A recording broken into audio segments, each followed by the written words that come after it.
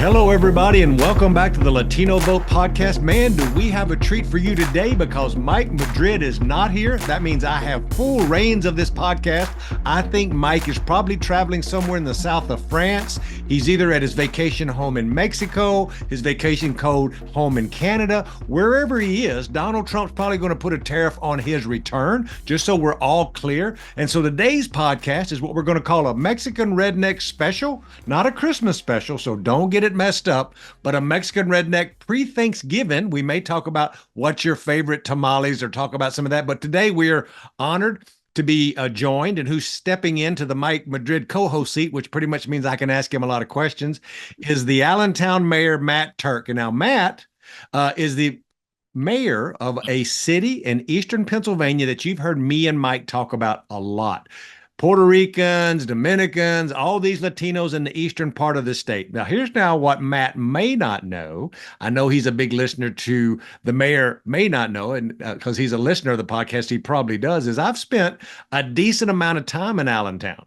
So when I was the national political director for the Steelworkers Union, I lived in Allentown in Bethlehem for almost a year, back when a guy named McHale was running for Congress and had left the seat, and a young guy named Pat Toomey was going to run for a congressional seat there.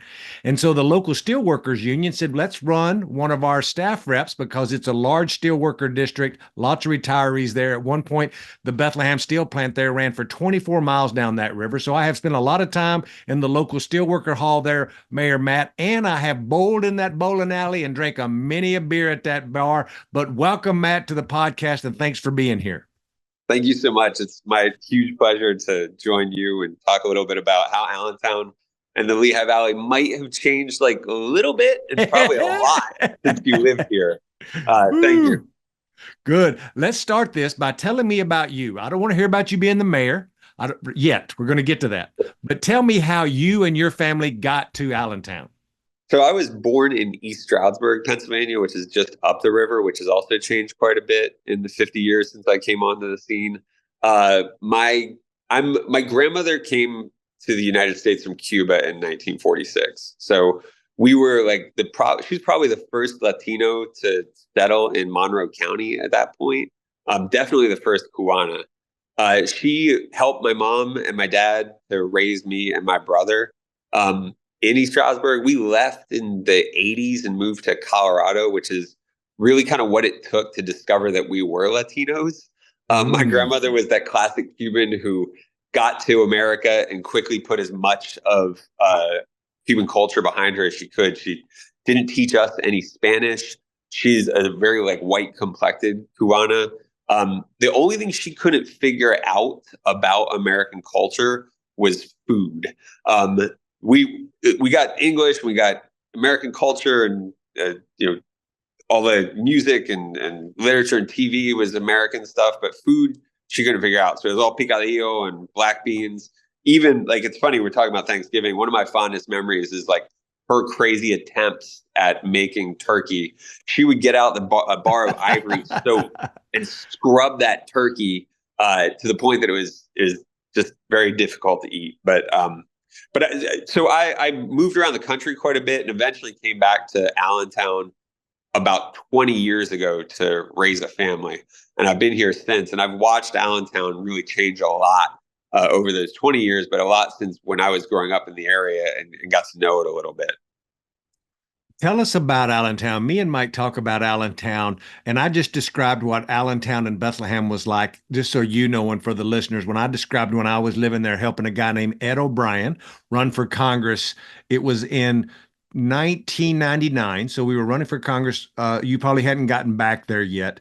And so Allentown has changed a lot. Can you tell the folks listening what I just described what it used to be? And for all of you who know, there's these wonderful little homes in Allentown and Bethlehem. They all used to be steelworker houses. Everybody in the community worked at the mill or something that supported the mill. But the mill's been gone for 30, 40 years. And so Allentown has changed. So tell me what it looks like today. Well, so Allentown still has a lot of that same look in terms of its housing stock. The city itself, the city of Allentown is about 125,000 people. We're the third largest city in Pennsylvania. We're part of this region that kind of rebranded itself as the Lehigh Valley. the airport code is still Allentown, Bethlehem, Easton, but the Lehigh Valley is the third largest metro area in the state of Pennsylvania as well. It's grown pretty significantly over the past 20 years. It's been a place where a lot of people have come from places like New York and Puerto Rico and the Dominican Republic. The industry that steel industry still has its kind of footprint here is manufacturing is still important, but it's really shifted. It's lost its importance as an industry and has kind of become more about healthcare and transportation and logistics. So the place has grown. It's in eastern Pennsylvania. The industry has changed a lot, but the thing that's changed the most is specifically here in Allentown has been how it went from in 1990 census about a 12% Latino city to now being a 55% Latino city. Like you said, it's mostly folks from Puerto Rico, but really the significant growth as of late has been folks from the Dominican Republic. The region is not as heavily Latino as the city of Allentown, but you still certainly get that flavor here. It's a dynamic place. I think many of your listeners might know the Billy Joel song, from 1982. That doesn't really accurately describe Allentown anymore. It's one of those places that you have to kind of dig in and get to know it a little bit to truly appreciate just kind of how amazing it is. It's a city on the rise, and it's really it's caught the attention of Pennsylvania and the world in recent elections for sure. Before we talk about, and I want the question after this one, so you don't let me forget this, how me and Mike do it, is I want to talk about your run for mayor. But before we talk about how you got elected mayor and what that was like as a Latino mayor of a city in Pennsylvania, as you said, the third largest area of the Lehigh Valley, tell me about the Latino community. I know we know that it's Puerto Rican, we know that it's Dominican, but when I have done research and worked there, even though I haven't lived there, I've done work there almost every cycle. And what I have seen is there's just a three-part group of people. There's groups of people that have migrated from New York to this area because it's cheaper to live, whether they live with a relative or not. They've come from New York. There's people that have come from New Jersey. Literally, y'all should know at home, it's just across the border. It's less than an hour. You're across the line. You're in New Jersey. And the taxes are really different in state taxes from New Jersey to Pennsylvania. So folks come over there because it's cheaper. It was to live in Allentown. The mayor can tell me if that's still true.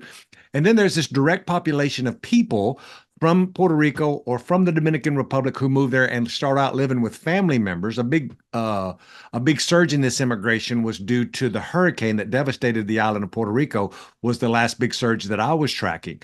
So, Mayor, have I missed anything on the Latino immigration to your city, or anything you want to add to that?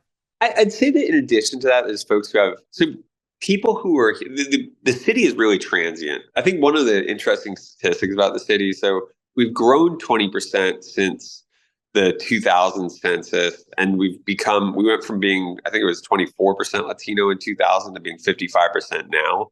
But what's really fascinating is that a lot of that growth, when I look at our city, there's about 70% of the households have moved within the past 15 years. So since that 2010 census, it doesn't mean that every single one of them has moved into Allentown, but there's a pretty significant number of folks who are only recent arrivals. So a lot of the folks who are here, whether they came from New York or came from New Jersey or came directly from DR or from Puerto Rico, they're relatively new arrivals here.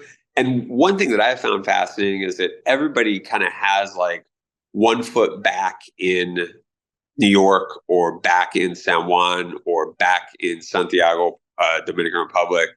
There's a kind of back and forth action that is happening a lot. So people still are really strongly connected to their communities back in Dominican or back in Queens. And I think that's one of the interesting dynamics about this place. When you go out on a Sunday here, chances are a lot of folks are either hosting somebody from the Bronx or they're in the Bronx themselves at a family gathering. So like, you never know who you're going to see here. Is that because the Bronx, for those listening at home, has a large Puerto Rican population? I assume so. For me, it's Bronx, it's Queens, it's Brooklyn as well. I mean, Okay. I think my grandmother, when she first moved to the United States, moved to Washington Heights. Yep. When we were kids, her sister Tia Inda still lived there, and we'd have to, in the '80s and the '70s, you'd have to go back to if you wanted to get the galletas, the Cuban cooked crackers. Sure. Sure. We'd have to go buy them in Washington Heights. We'd stock up on them and bring them back. All the like the Eno de Pravia, the soap that we use, like we'd have to stock up on it there. Now everything you need is here, so it's changed a little bit. But we still have those strong connections, and I think there's a handful of folks that are connected to places like the Bronx. They're all over New York, but they're back and forth for sure. And certainly, like when you talk to anybody who's here from the Dominican Republic, who has family back in the Dominican Republic, and anybody who's here from Puerto Rico as well, there's at least one trip, two trips, trips a year that people are making back to those places. Yep. It's part of the path. I've been working. The first time I went to Puerto Rico as mayor was to talk with officials there about helping us establish a direct flight from Allentown to San Juan. Oh, To nice. just facilitate the traffic, and something we're still working on. But people are back and forth all the time.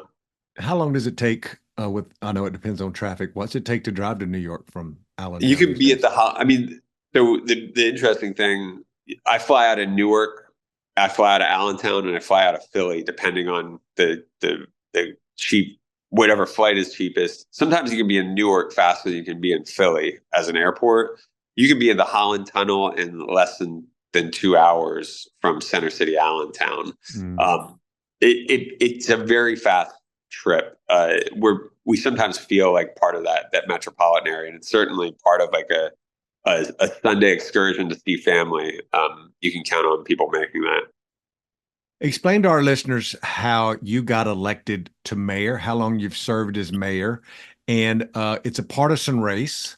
Mhm. It sounds like it's the city has been pretty democratic for a long time. We're going to talk about the changes. That's kind of the second part of this conversation. But give us some flavors, because the people that listen to our podcast are like you. They're political animals. They want to know how this Cuban guy who was raised not speaking Spanish, who found his way back home to Eastern Pennsylvania, like how did you, and what was the thing that moved you to run, and then how did the race run? Were you in a multi-candidate primary? Was it open? Did you beat a Yeah. Republican? I'll try to make it brief. I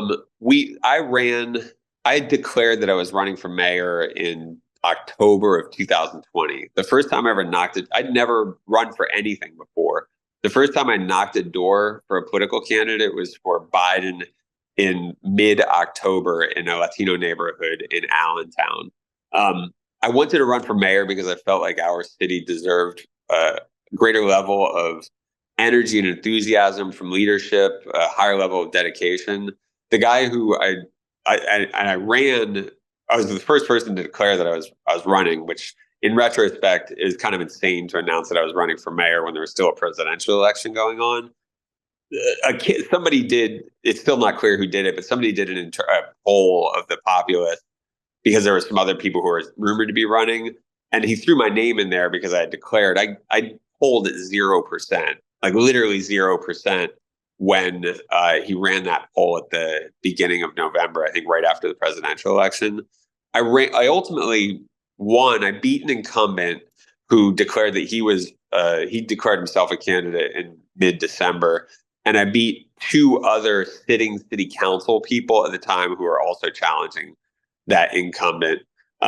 It was me who had worked in the past in nonprofit economic development against an incumbent who was a 72-year-old Irish guy, former school district administrator, had just only won a single election for mayor.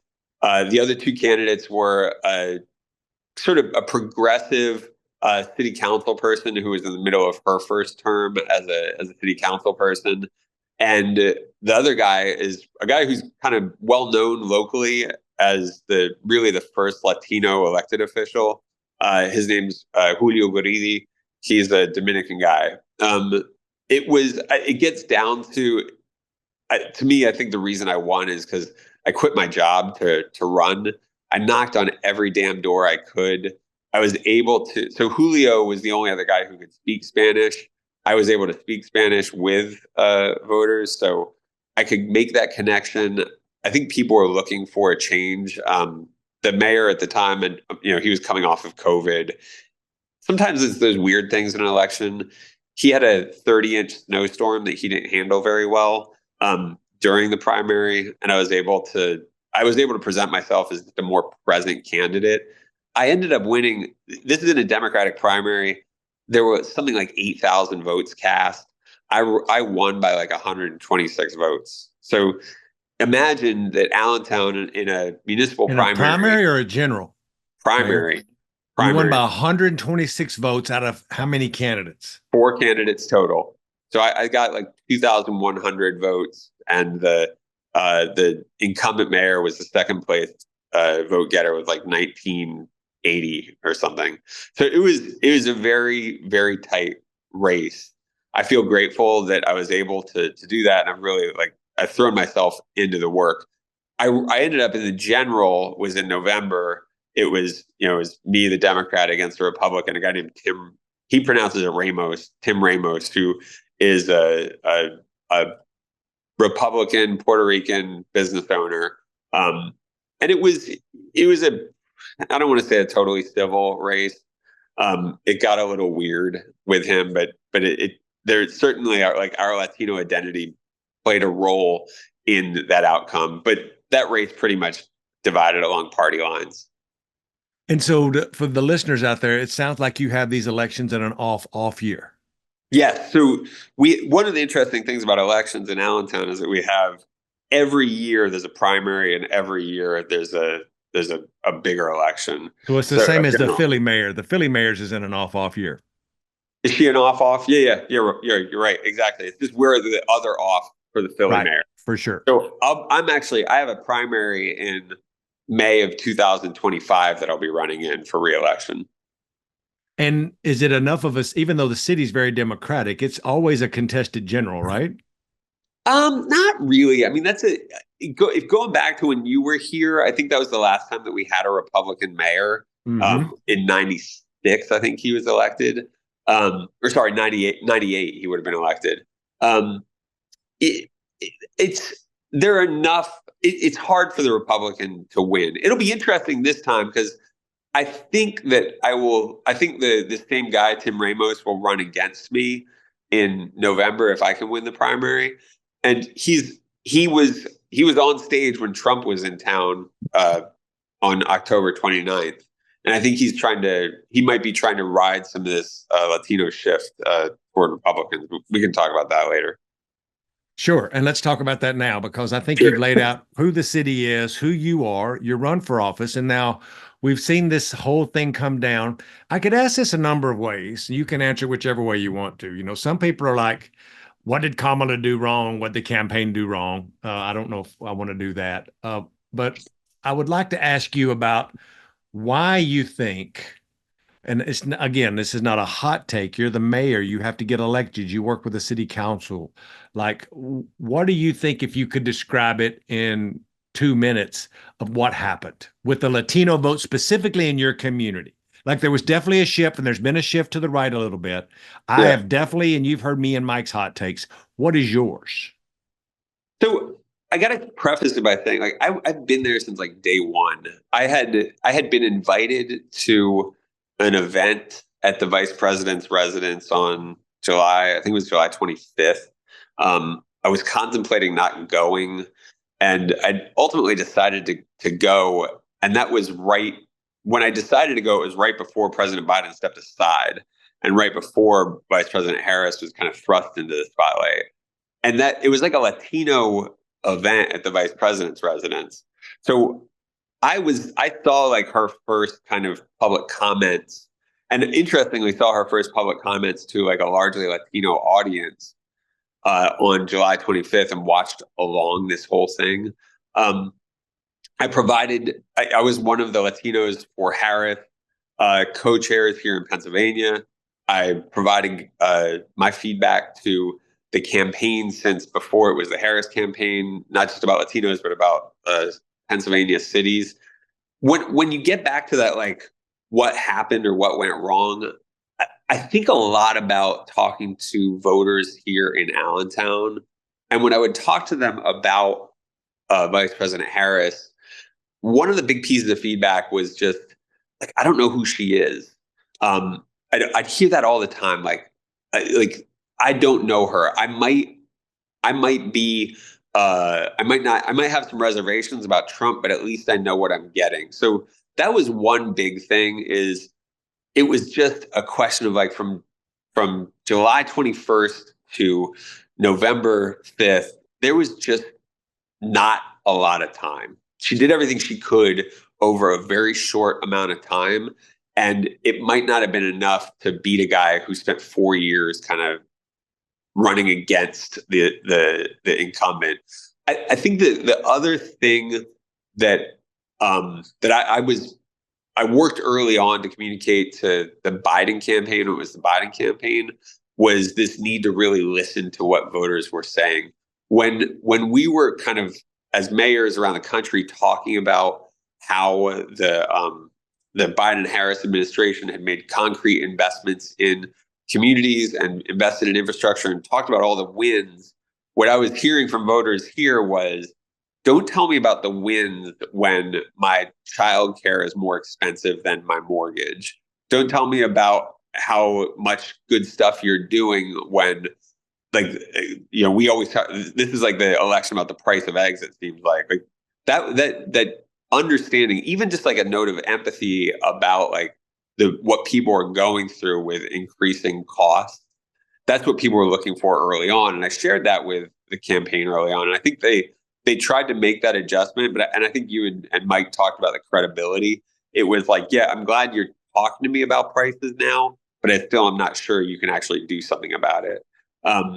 So those are kind of two of the bigger things that I noted. I think there's probably more to it than that. This is a deeply complex election that we'll still be sifting out over time here, but I think time was against her. And I think that there was kind of it seems like there's an anti-incumbent thing, but that's what I get from talking to residents in Allentown. Sounds like you think that a lot of this is a lot of people knew. Everybody knows Donald Trump. I talk about all the time. He has got 1,000% name ID, and I think that's the Trump phenomenon, which is good and bad. I still think that the Democratic brand is a little damaged and a little broken with certain people, mainly around, being in Allentown and Bethlehem. Everybody in that town knew that the Democrats represented the workers and the Republicans represented the bosses. And you've heard me and Mike talk about that. I think we have to get back to more of that. And Mike loves to talk about the working middle class, fastest growing group are Latino voters. And so I think that has a big thing. It's just so unique that those two worlds collide in Allentown. Um, Give me some of your hot takes on people should know that there was a Democratic congresswoman named Susan Wild who represents Allentown, Bethlehem, but a bigger surrounding area. Again, a congressional district's about 780,000 people. A couple 100,000 folks vote there, and she lost. A lot of folks are saying because of, Trump brought out a lot of people and she underperformed in certain areas. Do you have any thoughts on your losing your congresswoman? A lot. Real quick though, one thing I want to say about Trump's name ID, like before Kamala Harris became the candidate, one thing that people would say here all the time is they talk about the Trump check. Like people remember getting that Trump check. Great point. And that was like, particularly in our community, people remembered like getting that direct, and he branded the hell out of it. And it was like, el Trump me dio el cheque. That was like a big, big thing. When you talk about that Dem brand a little bit, I think that people around here are increasingly disillusioned, right? Like they didn't see how there was a real difference, right? So they were like, look, man, things aren't great for me right now. Let me at least try. If this is going to be the same for 4 years, like let me try the other guy for a little bit and see what happens. So we have work to do on making sure that people understand that government's working for them. Yes. When you get to Congresswoman Wild, though, so I've already sat down with the guy who beat her, right? I sat down with Ryan McKenzie to talk about how what we need to do in cities can align with what his agendas might be. I'm very good friends with Congresswoman Wild. I actually went to Puerto Rico with her last year to help her better understand the constituents that she had here in Allentown, and had a great experience and connected her with a lot of folks. Um, I'm trying to figure that one out a little bit. I know that there was some there's one of the other things that nobody knows about Allentown is like the size of our Syrian community. Like we have a sizable Christian Syrian community here as well. And there is I think there was some pushback a little bit on her unwillingness to say anything about the situation in Palestine. I think that had an impact, or at least that's what some of the folks of the Syrian community are telling me, is that she paid a price there. You know, I spent more of my time working on the Harris campaign. I don't know. I know that Susan was known here in Allentown, and I'm personally grateful to her for a lot of the ways that she's helped bring resources to this community. It's harder for me to make an educated guess about what failed her, in part because I don't know the breadth of Pennsylvania 7 as well as she does. She really got a crap draw when it came to the map that included this big chunk of Carbon County. Like she starts off with any Democrat starts off with a huge deficit in Carbon County. That there's no Democratic Party operation up in Carbon County. She really had to work to make that happen. And I think that certainly hurt her. I mean, from what I know from the city, like this city performed heavily. I think Susan outperformed Vice President Harris in the city. I mean, looking at the votes, I know that Susan Wild got more votes than Vice President Harris did in Allentown. So she's popular here. I think she had that big challenge in the rural parts of the area. And people should know that the mayor just said that Allentown's about 55% Hispanic now, but you should know that Susan Wild's Latino population or voter eligible population is less than 15%. It's about 14%. Yeah. And most of that is in Allentown. So if you took all of Allentown, that little piece of Allentown, that's where the Latinos live. There's others spread throughout, but the concentration is definitely there. But I would be remiss if I'm not giving, credit and letting folks know the facts, is that we had a Democratic congressional seat flipped to Republican in Allentown, in Eastern Pennsylvania, and mainly because of the underperformance in those Carbon counties and others. Folks don't realize outside of Steele there is this big anthracite coal region of the country there, from Scranton all the way down. Again, I'm showing my steel worker and union roots going back there, and the anthracite coal. Folks are like, what's anthracite coal? Stay with me. I'm a Mexican redneck. I know this stuff. That's why I'm a pretty half-decent political consultant. So let's talk about, I think you're right, what you were hearing at the door, because you knocked on doors. You're the mayor of the largest Latino population city probably in the Pennsylvania. And was it always around prices and them really not knowing her? I know we've talked a little bit about the brand. I think that was a piece of it, but I'm really curious. People in the bubble in New York and LA and DC, assume that it was this woke thing here, or prices here, or economy. When you were really talking to regular folks who own the barbershop or the restaurant or whoever, was it always an economic reason you think that they were thinking of leaving? Honestly, yes. So it's funny, when I go back to 2020, the very first door I ever knocked on, I got an evangelical Dominican woman who told me that she wasn't voting for Biden because she thought he didn't believe in the Bible. And there's a little bit of that here, but for the most part, people there's this interesting confluence of Pennsylvania values with like Latino immigrant values or migrant values, which is just like, I don't have time for the BS. Like, I've just got to focus on what matters, right? And for a lot of people, it's not that they're like anti-gay or misogynist or any of the other stuff. It's just that their focus is on putting food on the table. And so it wasn't like they were trying to, in my mind, they weren't looking to punish the Democratic Party because the Democratic Party was talking about LGBT rights or reproductive rights.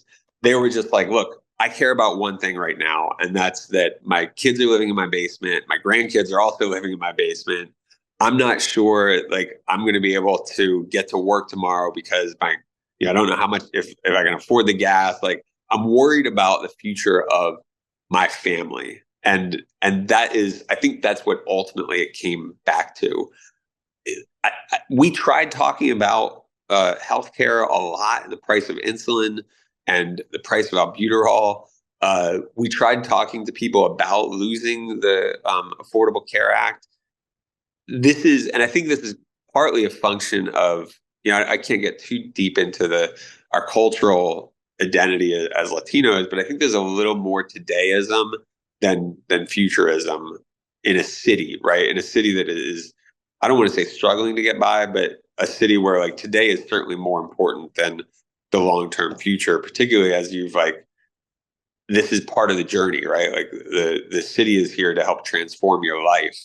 I'm not sure that people are really looking far down the line. So, I mean, to bring it back, I don't think that when you talk to voters, Latino voters in Allentown, or really any voters in Allentown, there's not a huge like anti-woke thing. I mean, I am a proud father of a non-binary kid. I wear the rainbow pin around all the time. Nobody ever pulls me aside and says like, "Hey man, quit doing that stuff." Like they value the mayor for the commitment that I have to serving their needs as residents and working to make life a little bit better for them. I don't think they don't overweight the other stuff too much. And I think if anything comes out of how we shifted toward Harris, or excuse me, away from Harris or away from Wild, I think it comes back to that question that like they needed to hear very strongly about a response to hard economic conditions. I think you're onto something. I think that's probably why you're the mayor, is like understanding the community and understanding the hardships of what people are going through. The one thing that stuck with me, Mayor Matt, is that when we would talk about inflation to people, national Democratic consultants would talk about lowering inflation, bringing inflation down. And I think people thought that mean that the price of things would come down, and the price of things really just kind of stabilized, which is inflation stopping. But when regular working folks like me and the folks that they think that means that things are going to go back to where they was, and they never got close to back to the way they were. So I think that on top of what you're saying, had a lot to do with it. Do you agree? For sure. And one thing I don't want to lose sight of, I mean, you talked earlier about the folks who came here from New York and New Jersey because it was cheaper. And they came from places like, everybody knows inflation from Puerto Rico. Like, it's an island, man. Like, things are crazy, get crazy expensive. Here in Allentown, for a lot of the growth in this region happened on the back of lower prices. You can count on that, right? You move to Queens from San Juan, and you start to like build a little bit of wealth. And when it came time to transform that wealth into like a more permanent wealth generator or something for your future, your money was going to go a lot further in Allentown than it would go in Queens. And that started to change in housing prices. We saw that our Lehigh Valley was so in demand over the past couple of years that we were in the top 10 of places who had lost the greatest share of affordability among metropolitan areas across the country. So when people are looking, like they're moving here, and they're not just looking at like a decline in prices, but they saw this huge ratchet up in rents and in home prices here that they hadn't been used to, and then nothing happened there. That I think started to influence people for sure. Good. And you've just answered a bunch of questions for me. And for folks, again, listening, this is a real pulling back of the curtain of like real life in Allentown, Pennsylvania, what's going on in a real Latino's life.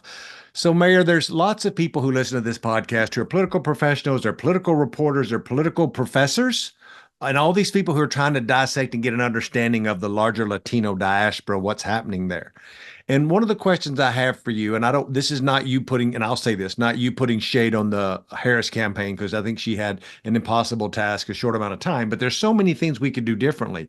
If you're running a national campaign, you're running a campaign for Congress, you're running a campaign for Senate in Pennsylvania, like, what are the things that you would do differently to reach Latinos? And what would be the things that you think sometimes politicians, I won't name any names, but kind of get wrong, and what we could be doing better so folks can take something positive away from, this interview with you today of learning a better way to do this work?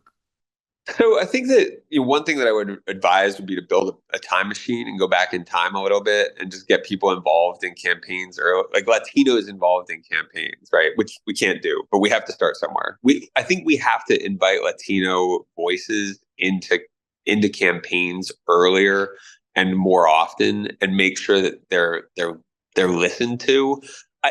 When people would ask me about like the Latino vote, I parroted the line. It's legit that like we're not a monolith, right? I feel like every time we speak as like Latino politicians, we have to say that we're not a monolith and make sure people understand the difference between Mexican Americans and Puerto Ricans and all that. But it is important, I think, for people to understand that although we might not be a monolith and we are truly Americans and we're American voters, there are some nuances, right? And so without mentioning any one of the campaigns that was running through town, there was an event where one of the candidates invited a bunch of Latinas to talk about childcare.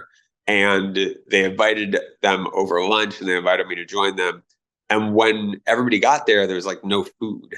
And there was no like recognition of like what the folks were doing. I think they didn't recognize what people had to sacrifice to be there.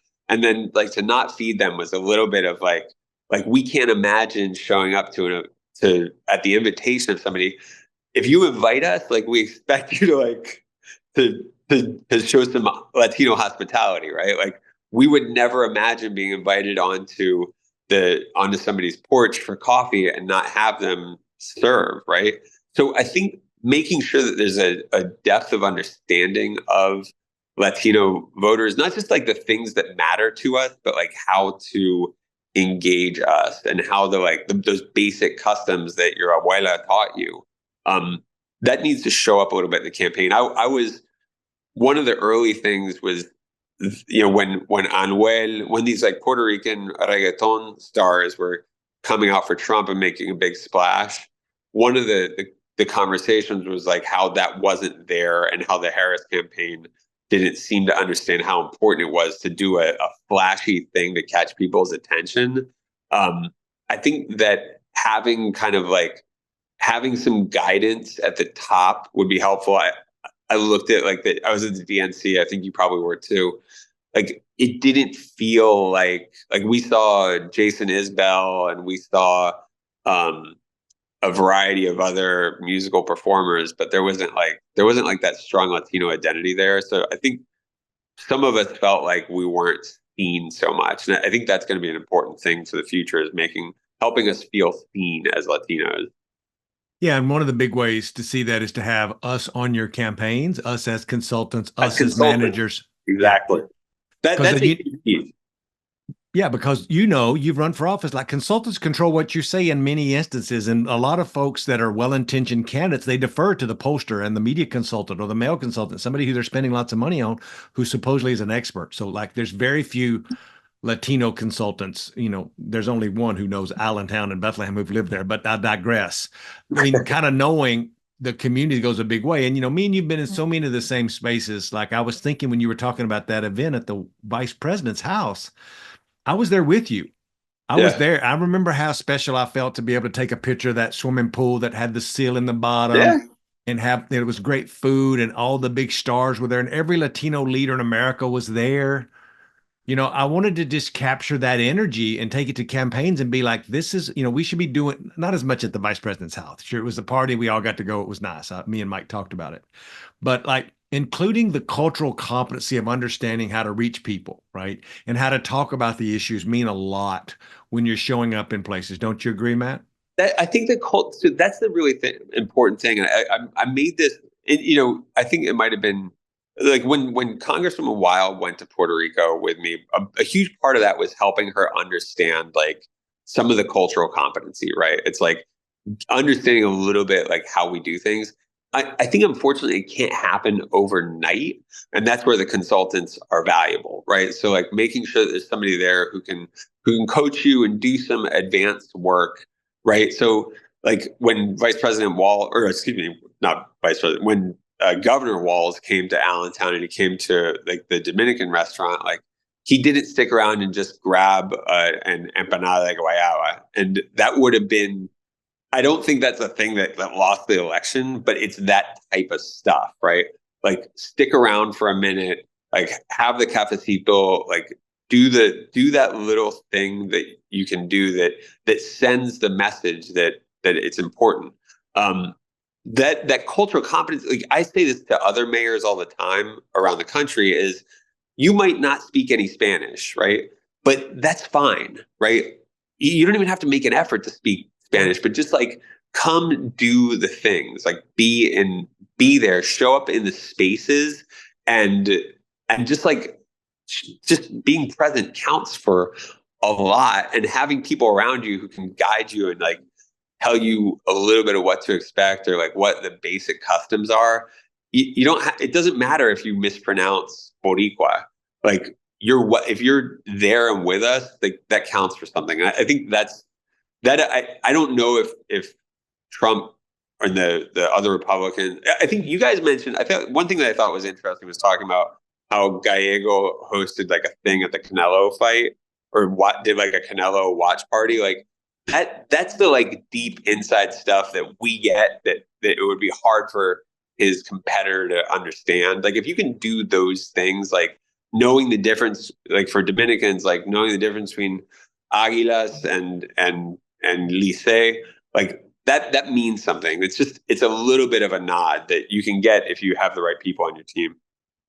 Thank you for saying that, because I think that's probably one of the most important things. You know, our firm gets to work with most of the national Latino orgs and most of the bigger state orgs.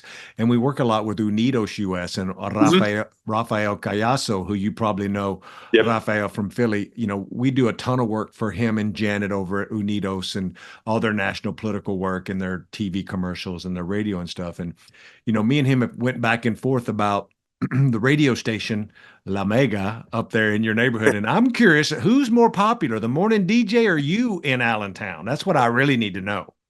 I would never. Victor is certainly more entertaining than I am. Victor Martinez. He was actually also at the. He joined me for that trip to Puerto Rico. He was at the vice president's residence for that thing. He certainly has better ratings than I do. But he's. I don't know. They call him BJ. He's certainly a popular guy. But he's well. I mean, Victor ran for office and in Lehigh County as a Oh, commissioner. did he? I did He not know did. this. What did he run for? He ran for county commissioner. He was unsuccessful in his primary, and I don't. Maybe Victor's not a politician, and maybe he misinterpreted or misunderstood what it takes to win elections. But he's certainly like his fans are diehard fans. I show up on his show once in a while to get a chance to talk to the folks in the community, but I would go with Victor's more entertaining. Let's say that. Well, I like Victor. Back in when I ran a steel worker for Congress in 2000, his name again was Eddie O'Brien, good Irish Catholic boy who had been a steel worker staff rep for Jumpin' Johnny DeFazio for 30 years and came out of the blast furnace at the Bethlehem Steel. I'm using all these terminologies that only folks in Allentown and Bethlehem would know. I went to the only Latinos at the time were in downtown Bethlehem, Mm-hmm. and they had built that community there, and so they had just started the radio station La Mega, and I went over and spent $5,000 and bought the whole month of advertising for 5,000. My, how things have changed. Well, and that's the thing. And so Victor, I love Victor, and I think he's running that business really well. He wasn't seeing the spend. Like this is what I said to Senator Casey early on was like you have to not just like show up and be available, but you also have to buy ads early on. Like use some of your spend. Susan did that, and I think Susan. It'll be interesting to see how she did with Latino votes. Like when we get into the heart of it. she was buying ads on La Mega even when like she wasn't in the thick of the campaign. Governor Shapiro also did, like, I think Shapiro was well liked as a candidate here among Latinos because he showed up. But buying those ads early on and like and investing in Latino media is important. You know, Victor and I shared some of the same frustrations where we would say these things to folks, and sometimes it just didn't feel like anybody was listening to us. Victor knows what it takes to win over Latino voters, without a doubt. I would say more people should be listening to him and making him part of their regular media diet when it comes to Latino voters. Yeah, and that's for sure. And you should do that everywhere. We talk about the spend in Spanish and in English. You know, I think some of the biggest mistakes a lot of folks make is not English dominated Spanish ads, not Spanish ads, but Latino ads, you know, to our brothers and sisters who consume in English, but won't be seen and heard. You know, in the a little known fact, Mayor Matt, is that I worked in the wild race, but I worked for an outside big independent expenditure called House Majority PAC.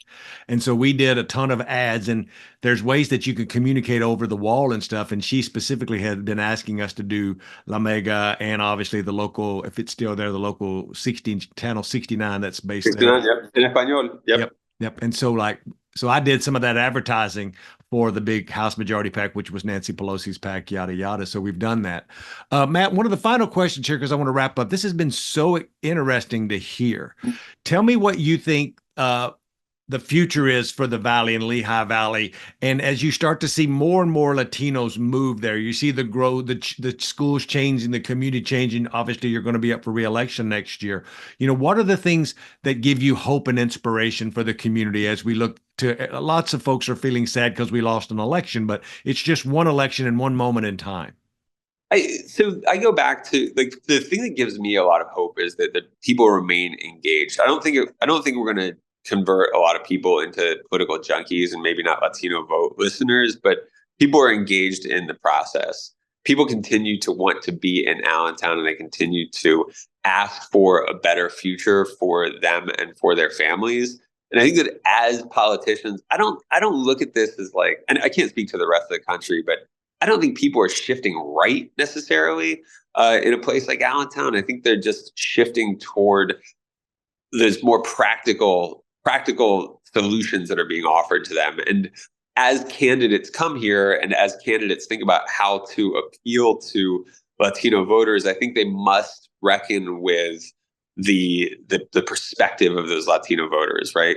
They must understand that, like, if you're not really listening to people, if you're just doing every politician I think struggles with this, is like you're talking to people, but you're not necessarily speaking with people. If you do too much of that, you're going to lose. And I think that mayors deeply understand that. Like because mayors live in the communities that we serve, and are entrenched in the communities that we serve. We hear the feedback immediately if we're not engaged in dialogue, if we're not speaking with people as opposed to speaking to people, we don't have a chance. And I think that spending a little more time with people and understanding exactly where they're coming from and what their needs are, and kind of trying to wrap your head around how they envision the future is the hope for the future. Certainly for Democrats, right? Like, we don't have to look at this as lost territory.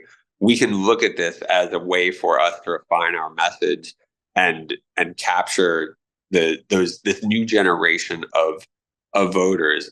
I'm interested to see. I've been digging in on what turnout looks like, and where our most heavily Latino precincts were. And I'm looking at a lot of this as I think about my reelection and exactly how I will attack this effort.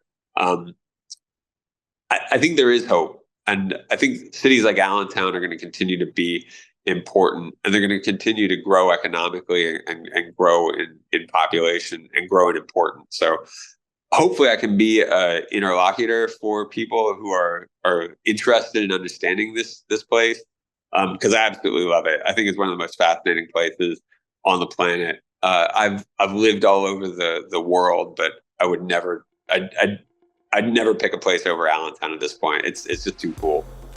Allentown Mayor Matt Tuerk, I want to thank him for coming on today. I want to thank everybody for listening. It was such a great conversation. Make sure you share this on social media. Make sure you like it. Make sure you give us a review. And for Mike Madrid, traveling all over the world, don't forget, I wear a size large shirt, Mike, if you're bringing me back a souvenir. Every time Mike comes back, he brings me another one of them damn books, and I'm tired of him trying to give me a book. I need a present, Mike. We look forward. We missed you. And until next time, we're out.